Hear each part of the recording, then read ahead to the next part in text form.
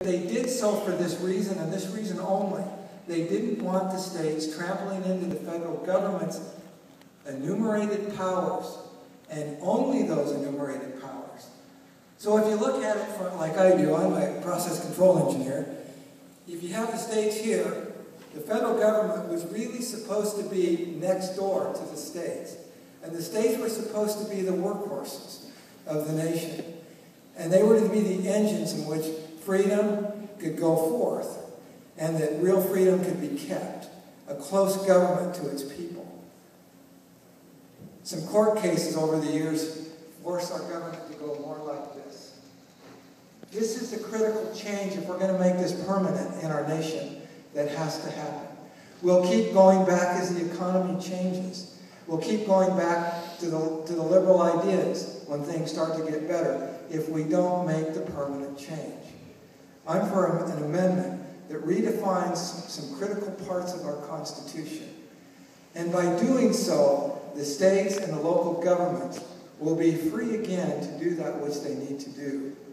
This is the part that I think has been missing, at least in my lifetime. And it's the part that I plan to fight very hard for.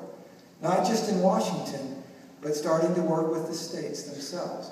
There are a lot of states in this nation that will begin to support this kind of an effort. If you remember, it was the states that put the federal government together. It wasn't the federal government that put the states together. The ultimate person of enforcement in this nation are the states as a collective group.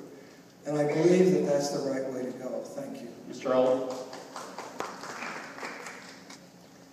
My first vote was for Ronald Reagan. I was at Texas A&M at the time. Later, after I returned from law school and went to work at a law firm in Houston, who gave me the opportunity to go to work for then President-elect, or not even, he was the nominee of the Republican Party, George H.W. Bush. They sent me to Duval County, of all places, in South Texas, to be an election judge. I worked with the Bush family on and off, all the way through George H.W. Bush's presidency, until at one point after his presidency had ended, after Ann Clary and I had gone to work for Barbara Bush and her Literacy Foundation, I got the opportunity to ride the VIP train with the Bush family when they opened the Bush Presidential Library in College Station some years later. What I learned on that train for those 2 days when I rode with heads of state, congressmen, retired and past presidents, and just people like those of us here in this room tonight, I learned that the Republican Party has a value system that values family, that values people. The people on that train were normal, and they treated me the same as they treated a head of state. They didn't necessarily call me sir, but they did shake my hand and talk to me and look me in the eye, and that's all the way down to every member of the Bush family. Ann Clary was able to be a part of the very first George Bush gubernatorial fundraiser for young people in Houston a long time ago. We've tried to carry the family values that I learned and saw those days with the Bush family to our own. I believe that America and the Republican Party have common goals and interests, but I'm not a doctrinaire Republican. I consider myself a doctrinaire conservative. I want to see our communities thrive, see government shrink, see the tax burden we're putting on our children and grandchildren go away so they have the opportunities that I had, that my parents and grandparents fought for. I want to see the family thrive, that God have its proper place in our lives. Those are the things that I think Republicans stand for. I never knew Barry Goldwater, never had a chance to follow him. But I have a funny feeling from the people I know who did, who supported and followed him, that that's the kind of man he is and was. But what I like most of all is, as a party, we allow people from all walks to come in, and we listen to their interests and their values before we make our decisions. You know, at one point, Ronald Reagan wasn't a Republican. Neither was Rick Perry or John Connally, Alan Ritter. You know, but they're good people too. And they had good ideas, and they came around, didn't they? And they've done good things with their lives and for our country.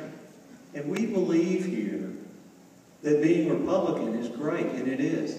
It's so is being conservative and opening ourselves to the world around us to do a better thing, leave it better than where we found it. That's my goal, and that's why I'm here tonight. Thank you very much. Thank you, Mr. Old. Mr. Sargent.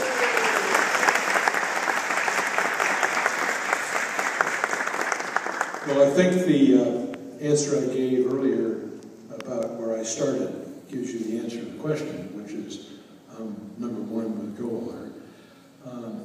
But let me go over a couple of things to give you an idea where I'm coming from. I'm pro-life as well, but I'm pro-life not just for the unborn, but also for the elderly. I would have a real problem with somebody else making a decision on what should happen to my mother or father if they were still alive, or to me, for that matter. Life is sacred. God gave us life, and we should not be the ones to take it. So it goes beyond just the unborn. I'm also a supporter and a proponent and an advocate for parental rights. We happen to homeschool our children, but I think educational decisions need to be made by the parents, not by the government. I think healthcare decisions the same way. The government is not the answer, folks. It's the individual people like you and me. That's where the responsibility lies. We know what's important for our families. We ought to be making those decisions.